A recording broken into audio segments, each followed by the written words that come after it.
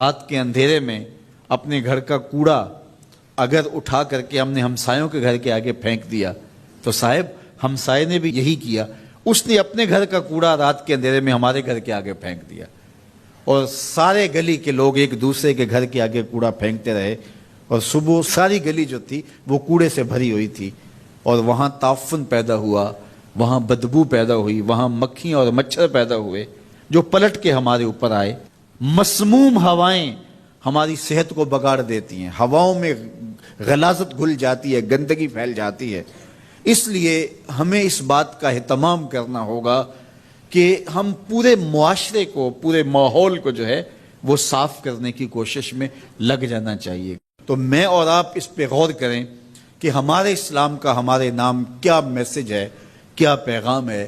جو اسلام پیدا ہوتے ہی ہماری زندگی کا آغاز غسل سے کرتا ہے، اور پھر زندگی کا اختتام بھی غسل سے ہوتا ہے۔ دن میں 5 نمازیں ہیں اور ان کے لیے بار بار وضو کرنا ہوتا ہے، اور اگر حد سے اکبر لاحق ہو جائے تو فوراً ہمیں غسل کر کے اس کو دور کر کے پاکیزگی حاصل کرنے کی تلقین ہے۔ وَثِيَابَكَ فَطَهِّرْ، اپنا لباس پاک کرو، اس کی ہمیں تلقین کی گئی ہے۔ الطہور شطر الایمان، طہارت کو آدھا ایمان قرار دیا گیا ہے۔ کتنی بڑی بات ہے۔ آج ہم اپنے گلی محلے دیکھیں، اپنے کوچہ و بازار دیکھیں، اپنے اطراف میں پھیلی ہوئی گندگیاں دیکھیں تو پھر ہمیں شرم آتی ہے کہ کیا ہم وہ مسلمان ہیں کہ جس مسلمانی کا ہم سے تقاضا کیا گیا تھا۔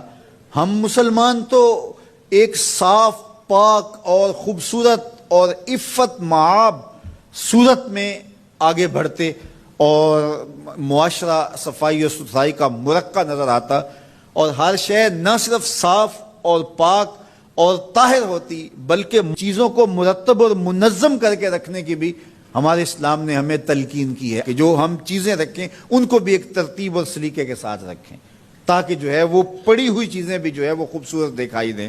حتیٰ کہ بال الجھے ہوئے پسند نہیں کیے گئے، اور کہا کہ من کان لہ شعر فلیکرمہ، جو بال رکھے پھر بالوں کو سنوار کے رکھے، بال الجھے ہوئے رکھے تو یہ پسند نہیں کیا گیا۔ تو یہ ہمارے دین نے ہم سے تقاضا کیا ہے، جہاں ہم رہتے ہیں، جس گلی میں رہتے ہیں، جس محلے میں رہتے ہیں۔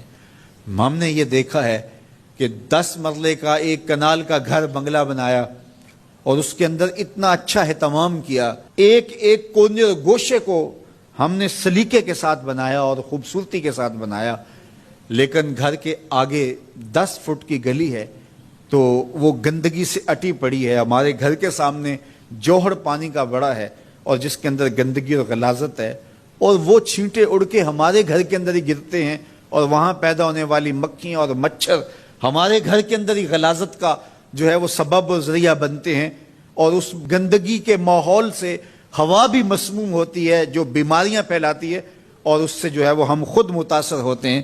لیکن ہم سمجھتے ہیں کہ یہ 10 مرلے کی جگہ، یہ ایک کنال کا ٹکڑا تو ہمارا ہے، یہ ہماری ذمہ داری ہے۔ 5-5 فٹ گلی آتی ہے تو گلی کے 10 لوگ مل کر کے جو ہے کیا وہ اپنی گلی کی صفائی کا اہتمام اور انتظام نہیں کر سکتے؟ اگر صفائی پسند ہم حقیقت میں ہوتے تو پھر کبھی بھی ہم اس کو پسند نہ کرتے۔ تو یہ وہ چیزیں ہوتی ہیں جو کسی معاشرے کی عکاسی کرتی ہوتی ہیں، کسی معاشرے کا چہرہ ہوتا ہے، اس کے نفسیات سمجھ میں آتے ہیں کہ یہ معاشرہ کیسا ہے۔ تو ہم صحیح معنوں میں اسلام کے مزاج سے آشنا ہی نہیں ہوئے کہ اسلام تو ہمیں آغاز میں ہی صفائی اور ستھرائی کی تلقین کرتا ہے۔ ہمارا دین شروع ہی طہارت سے ہوتا ہے، شروع ہی صفائی سے ہوتا ہے، اور اس کا نقطہ انجام جو ہے وہ بھی غسل سے ہے۔ تو غسل سے شروع ہو کے غسل تک، اور درمیان میں غسل اور وضو چلتا رہتا ہے۔ لباس کی پاکیزگی ہے، خوراک کی پاکیزگی ہے، مکان اور اطراف کی پاکیزگی ہے، ماحول کی پاکیزگی ہے۔ ہمارا دین ہمیں اس کی تلقین کرتا ہے۔ راستے کے اندر پڑا ہوا کوئی کانٹا اٹھا کے ایک طرف رکھ دینا، کوئی اینٹ کا ٹکڑا اٹھا کے ایک طرف رکھ دینا، کوئی پتھر کا ٹکڑا اٹھا کے ایک طرف رکھ دینا اور راستے کو صاف کر دینا، تو یہ صدقہ قرار دیا گیا ہے، اور اللہ رسول کی رضا کا سبب اور ذریعہ قرار دیا گیا ہے۔